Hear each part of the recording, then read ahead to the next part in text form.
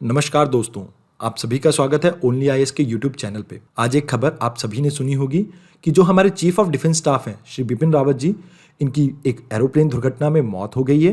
तो ये हमारी रिस्पॉन्सिबिलिटी बनती है कि हम इन्हें एक श्रद्धांजलि दें। उसके अलावा यहाँ पर आपके यूपीएससी एग्जाम के लिए भी कुछ इंपॉर्टेंट बातें हैं जो आपको जान लेनी चाहिए। तो आइए शुरुआत करते हैं वीडियो की। अगर बात की जाए सीडीएस की, तो इसके लिए सबसे पहले रिकमेंडेशन दी थी आपकी कारगिल रिव्यू कमेटी ने, जिसमें यह कहा गया कि कारगिल वॉर के दौरान तीनों सर्विसेज के बीच में कोऑर्डिनेशन देखने को नहीं मिला और इसकी वजह से भारत को बहुत सारा खामियाजा भुगतना पड़ा। अब इस रिपोर्ट को 2001 में ग्रुप ऑफ मिनिस्टर रिव्यू करते हैं।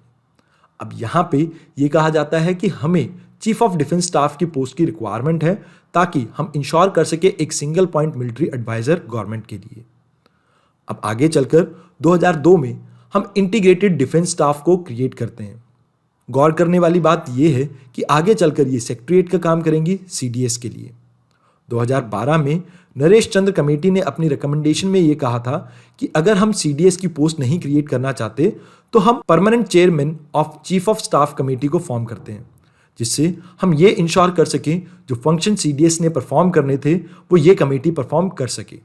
अब प्रॉब्लम यहाँ पे ये थी कि कई पॉलिटिकल पार्टी को ये लगता था कि चीफ ऑफ डिफेंस स्टाफ एक बहुत पावरफुल पोस्ट है जो आगे चलकर मिलिट्री कूप तक कर सकती है। इस वजह से इसकी फॉर्मेशन के लिए कई पॉलिटिकल पार्टी राजी नहीं थी। आगे चलकर 2016 में सिकटकर कमेटी ने अपनी रिकमेंडेशन में चीफ ऑफ डिफेंस स्टाफ की पोस्ट के लिए फिर से रिकमेंड किया था। ये बात हुई इस पोस्ट के बैकग्राउंड की। आइए अब समझते हैं कि और क्या इंपॉर्टेंट है हमारे जानने के लिए। देखिए, बात की जाए इसकी रोल और रिस्पॉन्सिबिलिटी की, तो ये सीनियर मोस्ट ऑफिसर होते हैं आपके तीनों सर्विसेज के और इनका जो टेन्योर है वो फिक्स्ड है। अभी के लिए इनकी पोस्ट का टेन्योर है 65 ईयर ऑफ एज। उसके अलावा ये सिंगल पॉइंट मिलिट्री एडवाइजर है गवर्नमेंट के लिए। उसके अलावा इन्हें जिम्मेवारी दी गई है कि डिफेंस से रिलेटेड कोई भी एक्विजिशन हो या किसी भी तरह का लॉजिस्टिक सपोर्ट और ट्रेनिंग की रिक्वायरमेंट हो तो उसको इंश्योर करेंगे चीफ ऑफ डिफेंस स्टाफ। उसके अलावा तीनों सर्विसेज में कोऑर्डिनेशन और ज्वाइंटनेस मेंटेन करने की भी जिम्मेवारी इन्हीं के ऊपर है। अब बात करते हैं कुछ ऐसी कमेटी की जिनको हेड करते हैं आपके सीडीएस। पहला है चीफ ऑफ स्टाफ कमेटी, दूसरी है आपकी स्ट्रेटेजिक फोर्स कमांड जो न्यूक्लियर वेपन के रिगार्डिंग प्राइम मिनिस्टर को सजेस्ट करते हैं। इनके अलावा ये हेड करते हैं आपके डिफेंस साइबर एजेंसी और डिफेंस स्पेस एजेंसी को भी। साथ के साथ डिफेंस स्पेशल ऑपरेशन डिवीजन और अंडमान एंड निकोबार कमांड के भी ये हेड है। फर्दर अगर बात की जाए इनके रोल की, तो आपको ये याद रखना है कि इनको किसी भी तरह की मिलिट्री एक्सरसाइज की पावर नहीं दी गई है तीनों सर्विसेज के ऊपर, जिससे हम ये इंश्योर करते हैं कि ये ज्वाइंटनेस मेंटेन करेंगे ऑपरेशंस में तीनों सर्विसेज की। अब बात की जाए इनकी सर्विस कंडीशन की, तो इस पोस्ट को क्रिएट करने से पहले जो आपकी सर्विसेज थी उनकी रिटायरमेंट एज थी 62 ईयर ऑफ एज या 3 साल का टेन्योर, बट अब इसे बदलकर 65 ईयर ऑफ एज कर दी गई है फॉर सीडीएस। अब जब ये अपनी पोस्ट से रिजाइन करते हैं तो ये किसी भी तरह के गवर्नमेंट ऑफिस को होल्ड करने के लिए एलिजिबल नहीं रहते।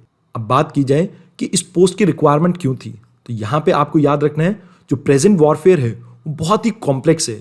यहाँ पे आपको साइबर सिक्योरिटी को भी मेंटेन करना है, स्पेस सिक्योरिटी को भी मेंटेन करना है और न्यूक्लियर सिक्योरिटी को तो करना ही है। अब इसके लिए एक इंटीग्रेटेड अप्रोच चाहिए थी टुवर्ड्स डिफेंस। उसके अलावा तीनों जो आपकी सर्विसेज हैं इनकी आपस में कोऑपरेशन और कोऑर्डिनेशन को इंश्योर करने की ड्यूटी है इनकी।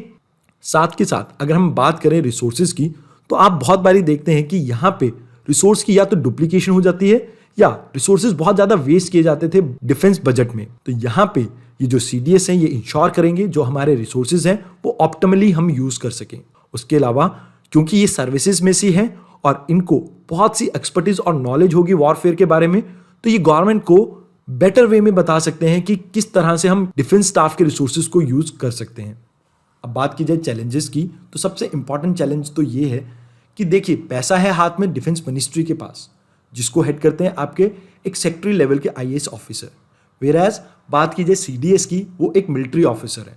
अगर इन दोनों के विचारों में कुछ मतभेद हुआ तो कहीं ना कहीं कॉम्प्लेक्सिटी और बढ़ सकती है। अगला चैलेंज ये है कि अभी तक जो हमारे थ्रेट थे वो रिलेटेड है लैंड बॉर्डर से, बट अगर इंडिया एक वर्ल्ड लीडर बनना चाहता है या वर्ल्ड पावर बनना चाहता है तो हमें रिक्वायरमेंट है कि हम तीनों सर्विसेज पे इक्वल फोकस करें, चाहे वो आर्मी हो, नेवी हो या एयरफोर्स। आज की वीडियो के लिए इतना ही। धन्यवाद।